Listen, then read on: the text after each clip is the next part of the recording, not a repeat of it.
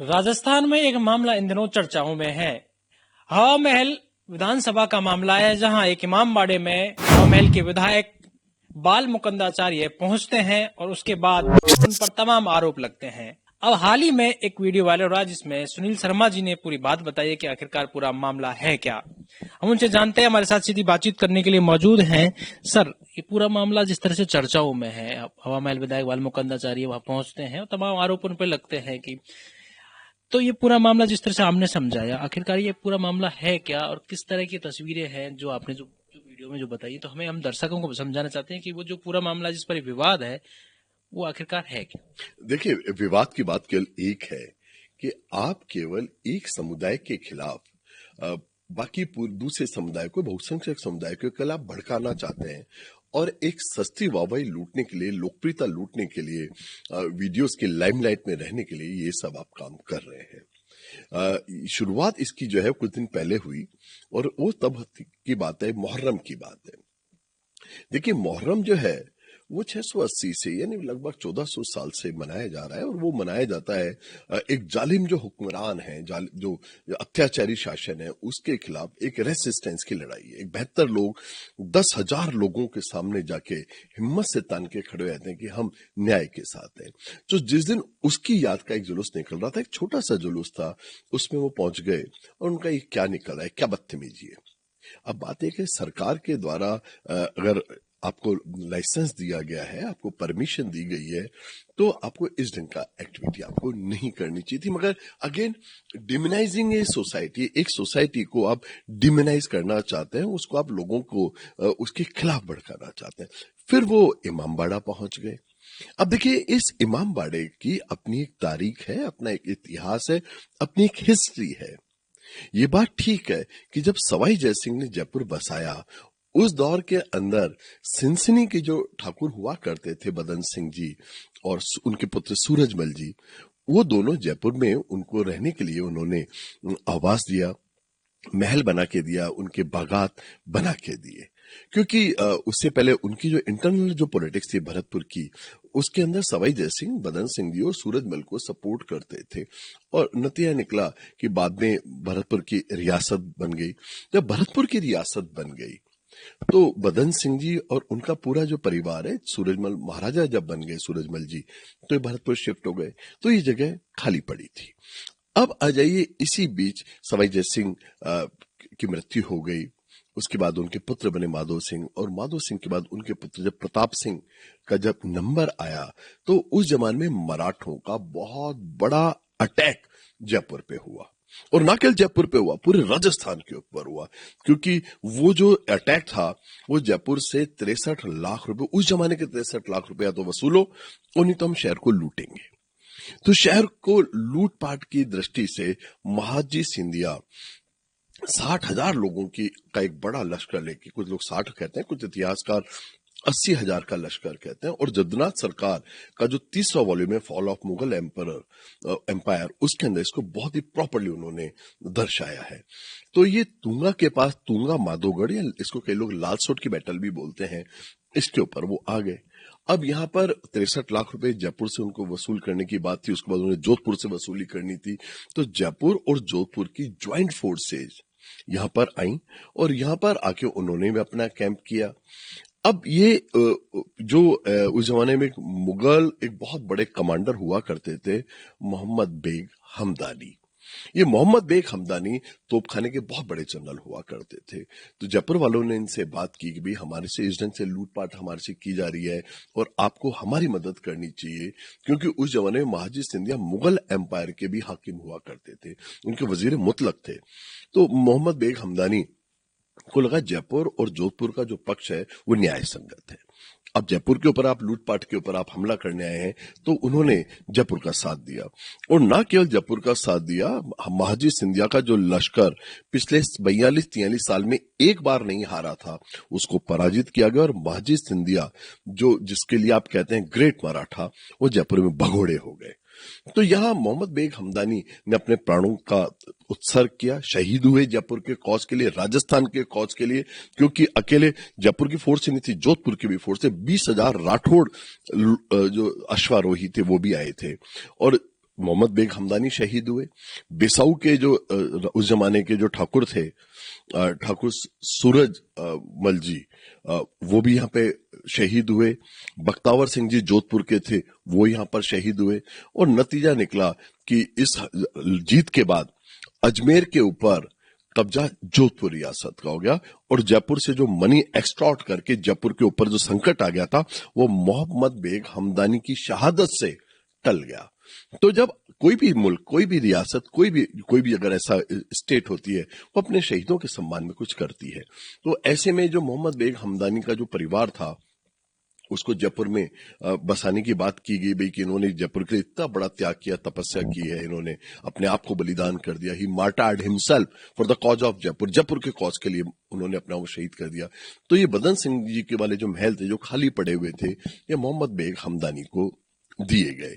फिर इसके अलावा आप ये भी देखिए, उसके 3 साल बाद, ये जो आपको मैंने बात बताई है, ये 28 जुलाई 1787 की बात है।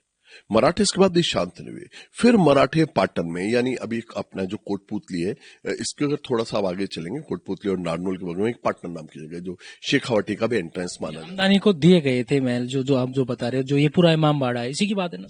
हाँ बिल्कुल, ये महल थे जो ये बाद में इमाम बाड़ा, तो बाद में जब उनके कोई पारिवारिक जन जब नहीं रहे तो उन्होंने इसको वक्फ कर दिया। अच्छा, ये भी बात बता देता हूं कि उस जमाने में आज के जीडी की तरह बंगलोज नहीं मिलते थे कि आपके हटते किसी दूसरे को मिल जाएंगे। उस जमाने में हेरिडिटरी चीजें मिलती थी कि जो भी आपको दी जाएगी वो आपको हेरिडिटरी आपको मिलेगी। जो भी जागीरें बख्शी जाती थी वो उसके बाद बाप के बाद बेटा, बेटे के बाद उसके बेटे, उसके बाद उसके बेटे को ट्रांसफर होती थी। तो ये भी एक्चुअली उनको एंसेस्ट्रली दिया गया।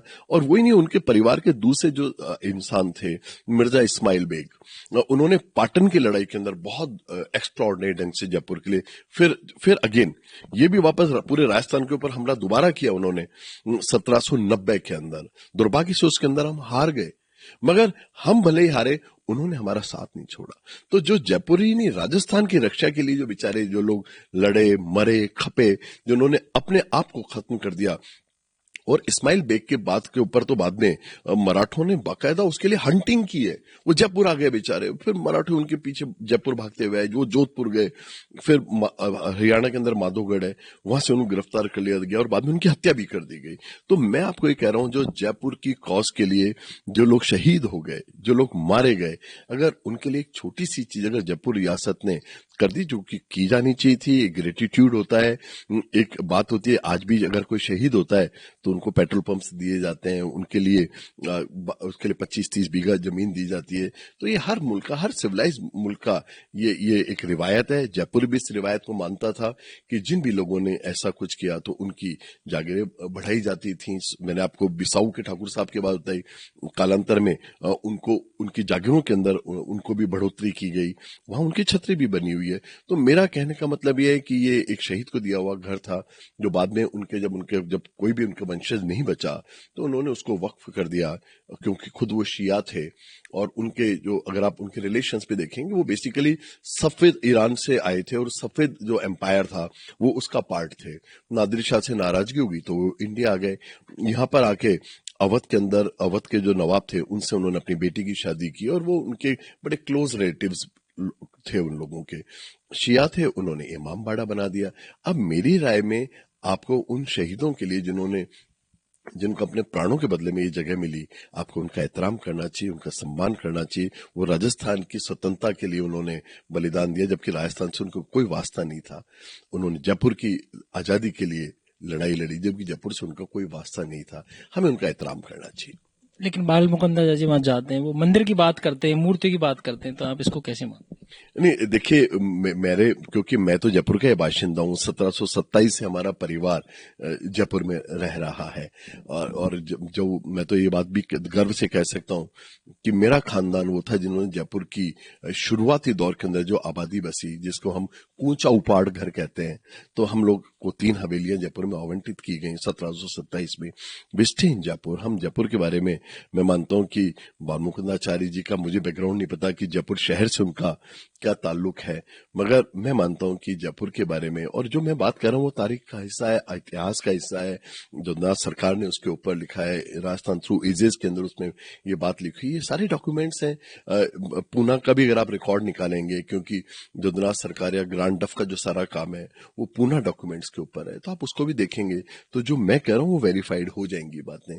तो उनका मंदिर का कैसे क्लेम है ये वो जाने, ये तो वही बता सकते हैं। मैं बहरहाल मैं तो आपको ये बता सकता हूं कि 1787 जिस दिन उनकी शाही शहादत हुई 28 जुलाई के बाद से वो उनके परिवार को दे दिया गया था 1787 से, और उनके परिवार ने क्रमशः लगातार उन्होंने शहादतें दी हैं जयपुर के लिए और राजस्थान के कॉज के लिए, and so it was given to them.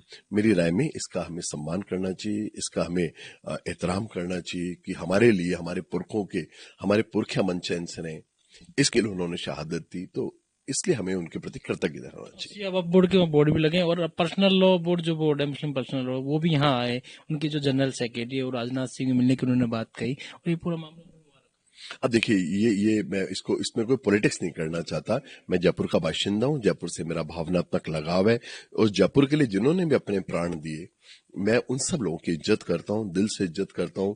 मैं चाहता हूं जयपुर एक अमन का गहवारा हो, जयपुर एक शांति का गहवारा हो, एक ऐसी जगह हो जहां पर लोग मोहब्बत से एक दूसरे के साथ रहें, प्यार से रहें, एक दूसरे के इमोशंस को रिस्पेक्ट करें। मैं पॉलिटिक्स में कोई भी नहीं करना चाहता, न इसमें कोई पॉलिटिकल मैंने बात की है, न मैंने कांग्रेस बीजेपी की बात की है। केवल बात एक है कि ये जो हिंदुस्तान है इसमें रंग बिरंगे बहुत सारे फूल हैं। इसमें केसरिया फूल भी बहुत प्यारा है, तो हरा फूल भी बहुत प्यारा है, सफेद फूल भी बहुत प्यारा है। इसको हम वैसा ही गुलदस्ता बनाए रखें। एक बात तो आपसे चर्चा हो रही थी, तो एक बात और कि बाल मुकंदर लगातार जाते रहते हैं, चीजें उठाते रहते हैं। क्या किसी कम्युनिटी को एक इस तरह से करना या फिर उसको दूसरी तरीके से करना जिसका योगदान के लिए किस तरह से आप देखते हैं, कैसे कर सकते हैं उस योगदान को, या फिर जैसे वो कभी मंदिर की बात करते हैं मस्जिद की और वो जाते रहते हैं, तो ये विवादों के मामले बनने के बजाय आपने जो चर्चा है हमने अपने से आपसे की वो दूसरा तरीका भी है। देखिए, वैसे भी आप बताऊं, जमहूरियत के अंदर या लोकतंत्र के अंदर जो वेलफेयर स्टेट है, उसके अंदर कोई भी आदमी, जब आप चुनाव जीत जाते हो तो आपकी जिम्मेदारी 2,50,000 लोगों के लिए, वो भले हिंदू हो मुसलमान हो, आपको वोट दिया नहीं दिया, पर जब आप, वही वाली बात है कि जब आप शुद्ध मानसिकता होती है, और संस्कृत को नीतिकारों ने तो कहा भी है कि अयो निजम परोवित्ति नाम गणनाम लघु चेतसाम, कि ये मेरा ये तेरा है, ये केवल छोटे चित्त वाले बात करते हैं। और उदार चरित्र नाम वसुधैव कुटुंबकम, कि जो उदार चरित्र के लोग हैं वो तो उनके लिए तो वसुधैव कुटुंबकम है। जब आप केसरिया पहनते हैं, जब आप भगवा पहनते हैं, तो आपके दिमाग में भी आपकी वही बात होनी चाहिए जो वेदों में लिखा हुआ है, आत्मवश सर्वभूतेषु स पश्चित पंडित है, कि जब सबके प्राणों के अंदर खुद के प्राण दिखने लगे तो ही आप पंडित कहलाने लायक हैं, तो ही आप महंत कहलाने लायक हैं, तो ही आप संत कहलाने लायक हैं। तो उसमें जो प्राण है, जब मैंने कहा आत्मवश सर्वभूतेषु, खुद के जैसा सब प्राणियों में मानना, उसमें हिंदू भी आ जाता है, मुसलमान भी आ जाता है। सबका कल्याण हो, सबकी सुख हो, सबकी समृद्धि हो, ये नुमाइंदे का काम होना चाहिए। एक वर्ग के लिए अगर वो सोच रहे हैं तो ये भारतीय लोकतंत्र के लिए दुर्भाग्यपूर्ण बात है। योगदान को भी देखा जा सकता है, जैसे आप चर्चा कर रहे थे कि भाई उनका क्या योगदान है, उसे भी दर्शा के आप दूसरी तरीके से उस चीज को लेकर भी आगे बढ़ सकते हैं। नहीं, एक्चुअली समस्या ये है कि हमारी पूरी डेमोक्रेसी की समस्या ये हो गई है कि हमारे जो भी पॉलिटिशियंस हैं वो बहुत पढ़ने लिखने वाले लोग नहीं होते हैं, तो वो बहुत सेलेक्टिव रीडिंग करते हैं, और केवल रीडिंग करके भी लोगों तक वही बात करते हैं जिससे उनका पॉलिटिकल जो मोटिव है, उनका जो मकसद है, वो केवल कामयाब हो। क्योंकि सबको साथ लेके चलना, या हजारों सैकड़ों उदाहरण है आपके सामने, ब्रिगेडियर उस्मान जैसे उदाहरण है, जो पाकिस्तान के जनरल बन सकते थे, अयूब से सीनियर थे, मगर हिंदुस्तान के लिए उन्होंने अपनी शहादत दे दी।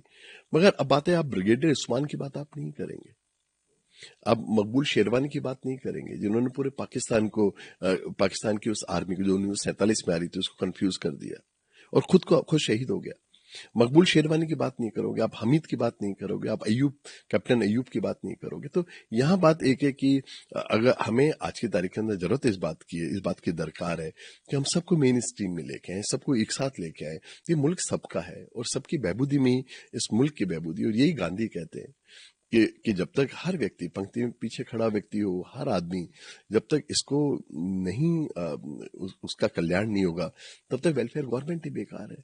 नेहरू तो भारत माता की जय में ये बात कह रहे थे ना कि भारत माता की जय कब है? जब तक कि हमारी 140 करोड़ लोगों की जय नहीं हो, तब तक भारत माता की जय नहीं है। तो आओ हम सब मिलकर भारत माता की जय करें, 140 करोड़ लोगों की जय करें।